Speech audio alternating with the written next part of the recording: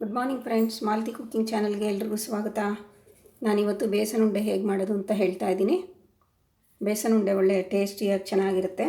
ಹಾಗೆ ಈಗ ಹಬ್ಬದ ಸಾಲು ಬಂದಿರೋದ್ರಿಂದ ದೇವ್ರ ನೈವೇದ್ಯಕ್ಕಂತೂ ತುಂಬಾ ಒಳ್ಳೆಯದು. ಈಗ ವರಮಹಾಲಕ್ಷ್ಮಿ ಹಬ್ಬ ಆಗಿರ್ಬೋದು, ಗಣೇಶ ಬರ್ತಾ ಇದೆ, ಗೋಕುಲಾಷ್ಟಮಿ ಬರ್ತಾ ಇದೆ, ಎಲ್ಲ ಹಬ್ಬಗಳಿಗೂ ಈ ಉಂಡೆನ ಮಾಡ್ಕೊಳ್ಬೋದು. ಸ್ವಲ್ಪ ಪೇಷನ್ಸಿಂದ ಒಂದೇ ಒಂದು ಕೆಲಸ ಇದರಲ್ಲಿ ಏನು ಅಂದರೆ ಚೆನ್ನಾಗಿ ಹುರ್ಕೋತಾ ಇರಬೇಕು. ಕಡಲೆ ಹಿಟ್ಟು ಒಳ್ಳೆ ಘಮ ಬರೋ ತನಕ ಇದನ್ನು ಹುರ್ಕೋತಾ ಇರಬೇಕು. ಅದೇ ಮೇಯ್ನ್ ಪ್ರೋಸೆಸ್ ಇದರಲ್ಲಿ. ಇದಕ್ಕೆ ಬೇಕಾಗಿರುವಂಥ ಇಂಗ್ರೀಡಿಯೆಂಟ್ಸ್ ಮತ್ತು ಮಾಡೋ ಪ್ರೋಸೆಸ್ ಏನಿದೆ ಅಂತ ನಾನಿವಾಗ ತೋರಿಸ್ತಾ ಇದ್ದೀನಿ. ಬೇಸನ್ ಉಂಡೆಗೆ ನಾನಿವಾಗ ಒಂದು 250 ಗ್ರಾಮ್ಸಷ್ಟು ಕಡಲೆ ಹಿಟ್ಟು ತೊಗೊಂಡಿದ್ದೀನಿ. ಚೆನ್ನಾಗಿ ಜರಡಿ ಇಟ್ಕೊಂಡಿದ್ದೀನಿ. ಇದನ್ನು ಬೂರಾ ಸಕ್ಕರೆ 250 ಗ್ರಾಮ್ಸ್ ತೊಗೊಂಡಿದ್ದೀನಿ. ನಿಮ್ಗೆ ಅಂಗಡಿನಲ್ಲಿ ಬೂರಾ ಸಕ್ಕರೆ ಸಿಗುತ್ತೆ, ಇಲ್ಲ ಅಂತಂದರೆ ನೀವು ಸಕ್ಕರೆ ತೊಗೊಂಡು ಪುಡಿ ಮಾಡಿ ಇಟ್ಕೋಬಹುದು. ಹಾಗೆ 1 ಕಪ್ಪಷ್ಟು ನಂದಿನಿ ತುಪ್ಪ ತೊಗೊಂಡಿದ್ದೀನಿ. ಸ್ವಲ್ಪ ಗೋಡಂಬಿ, ಹಾಗೆ ಏಲಕ್ಕಿನ ಸಕ್ಕರೆ ಜೊತೆ ಪುಡಿ ಮಾಡಿಕೊಂಡು ಏಲಕ್ಕಿ ಪುಡಿ ತೊಗೊಂಡಿದ್ದೀನಿ. ನೋಡಿ ಫ್ರೆಂಡ್ಸ್, ಈಗ ಗೋಡಂಬಿನ ನಾವೊಂದು ಕಡಾಯಲ್ಲಿ ತುಪ್ಪ ಹಾಕ್ಕೊಂಡು ಹುರ್ಕೊಳ್ಳೋಣ. ಇದನ್ನು ಫ್ರೆಂಡ್ಸ್ ಇವಾಗ ಆಗಿದೆ. ಇದನ್ನು ತೆಕ್ಕೊಂಡ್ಬಿಡೋಣ. ಇವಾಗ ಈ ಗೋಡಂಬಿನೆಲ್ಲ ಬ್ರೌನಾಗಿ ಫ್ರೈ ಮಾಡಿಕೊಂಡು ನಾನು ತೆಗೆದಿಟ್ಕೊಂಡಿದ್ದೀನಿ. ಇವಾಗ ಇದಕ್ಕೆ ಇನ್ನೂ ಸ್ವಲ್ಪ ತುಪ್ಪ ಹಾಕೋಣ.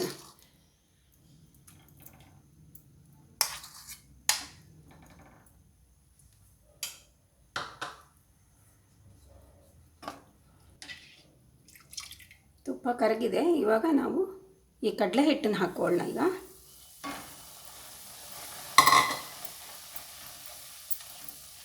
ಇದನ್ನು ಸಣ್ಣ ಉರಿನಲ್ಲಿ ನಾವು ಒಳ್ಳೆ ಸುವಾಸನೆ ಬರಬೇಕು ಮತ್ತು ಕಲರ್ ಕೂಡ ಸ್ವಲ್ಪ ಚೇಂಜ್ ಆಗುತ್ತೆ. ಅಲ್ಲಿ ತನಕ ನಾವು ಇದನ್ನು ನಿಧಾನವಾಗಿ ಹುರ್ಕೊಳ್ಬೇಕಾಗತ್ತೆ ಫ್ರೆಂಡ್ಸ್. ಕರೆಕ್ಟಾಗಿ ಹುರಿಲಿಲ್ಲ ಅಂತಂದರೆ ಇದು ವಾಸನೆ ಒಂಥರ ಹಸಿ ವಾಸನೆ ಥರ ಬಂದುಬಿಡುತ್ತೆ. ಸೊ ಸಣ್ಣ ಉರಿನಲ್ಲಿ ಇದನ್ನು ಸ್ವಲ್ಪ ಪೇಷನ್ಸಿಂದ ನಿಧಾನಕ್ಕೆ ಹುರ್ಕೋಬೇಕಾಗತ್ತೆ ಫ್ರೆಂಡ್ಸ್.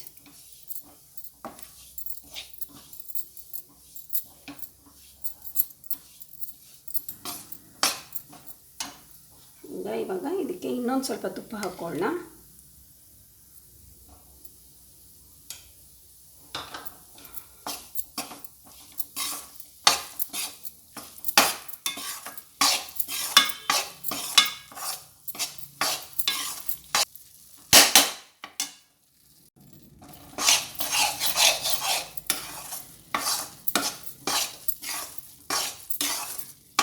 ಇವಾಗ ಇನ್ನೊಂದು ಸ್ವಲ್ಪ ತುಪ್ಪ ಹಾಕೋತಾ ಇದ್ದೀನಿ ನಾನೀಗ.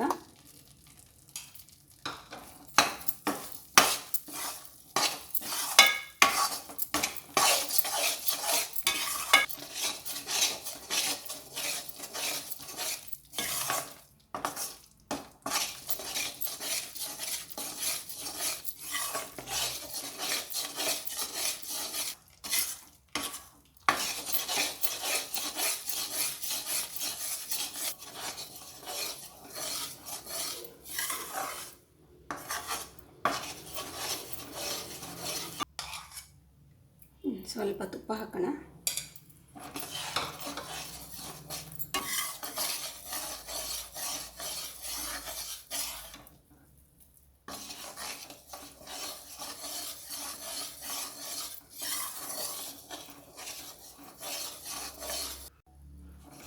ನೋಡಿ ಫ್ರೆಂಡ್ಸ್, ಇದು ಒಳ್ಳೆ ಘಮ ಪರಿಮಳ ಬರ್ತಾ ಇದೆ, ಹಾಗೆ ಕಲರ್ ಕೂಡ ಚೇಂಜ್ ಆಗಿದೆ. ನಾವು ಇವಾಗ ಇದನ್ನು ಆಫ್ ಮಾಡ್ಕೊಂಡ್ಬಿಡೋಣ.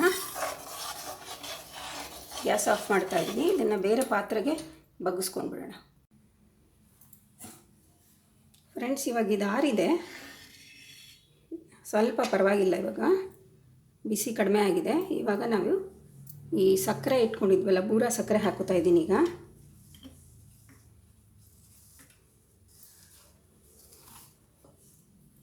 ಹಾಗೆ ಏಲಕ್ಕಿ ಪುಡಿ ಹಾಕೋತಾ ಇದ್ದೀನಿ.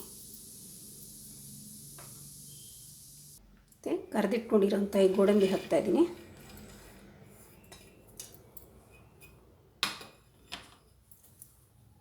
ಇದನ್ನು ನಾವು ಇವಾಗ ಚೆನ್ನಾಗಿ ಮಿಕ್ಸ್ ಮಾಡೋಣ.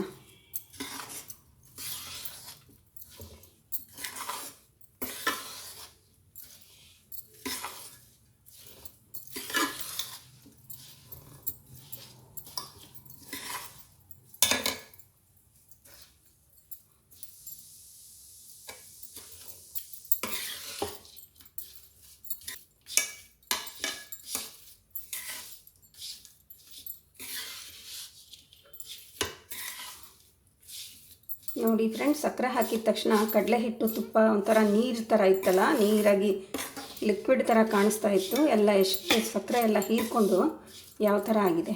ಈಗ ಇದನ್ನು ಸ್ವಲ್ಪ ಕೈಯಿಂದ ನೀಟಾಗಿ ಕಲಿಸ್ಕೊಂಬಿಡೋಣ.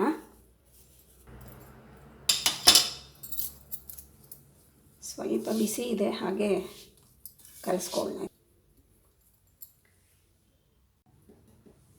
ನೋಡಿ ಫ್ರೆಂಡ್ಸ್, ನಾನಿವಾಗ ಇದೊಂದು ಬೇರೆ ಪಾತ್ರೆಗೆ ನಾನು ಬಗ್ಗಿಸ್ಕೊಂಡಿದ್ದೀನಿ. ಈಗ ಇದನ್ನು ಇವಾಗ ಉಂಡೆಗಳಾಗಿ ಮಾಡ್ಕೊಳ್ಳೋಣ.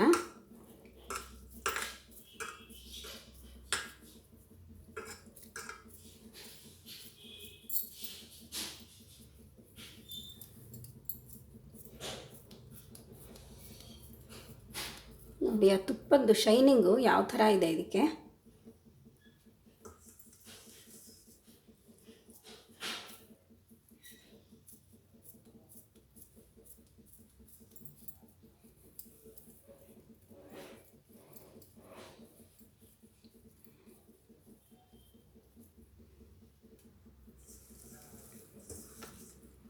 ಇದು ಒಂದು ಸ್ವಲ್ಪ ಹೊತ್ತಾದಮೇಲೆ ಇನ್ನೂ ಗಟ್ಟಿ ಬರುತ್ತೆ ಫ್ರೆಂಡ್ಸ್. ಇದು ನಿಮಗೆ ಯಾವ ಸೈಜ್ ಬೇಕೋ ಆ ಸೈಜ್ಗೆ ಉಂಡೆಗಳನ್ನ ಮಾಡ್ಕೊಳ್ಬೋದು.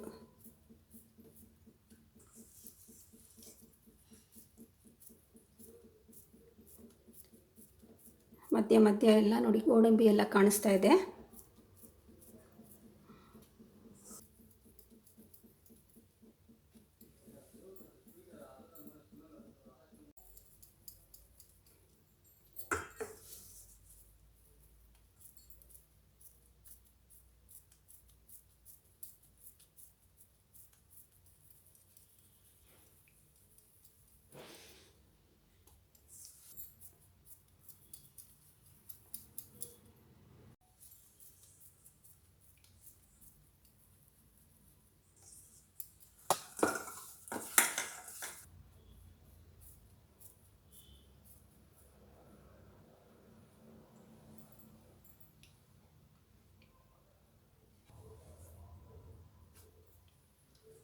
ನೋಡಿ ಫ್ರೆಂಡ್ಸ್, ರುಚಿಯಾಗಿರುವಂಥ ಈ ಬೇಸನ್ ಉಂಡೆ ರೆಡಿಯಾಗಿದೆ.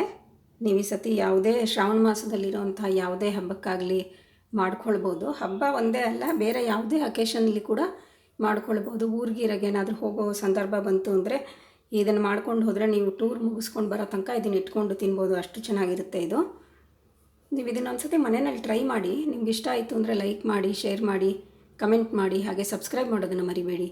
Thank you friends.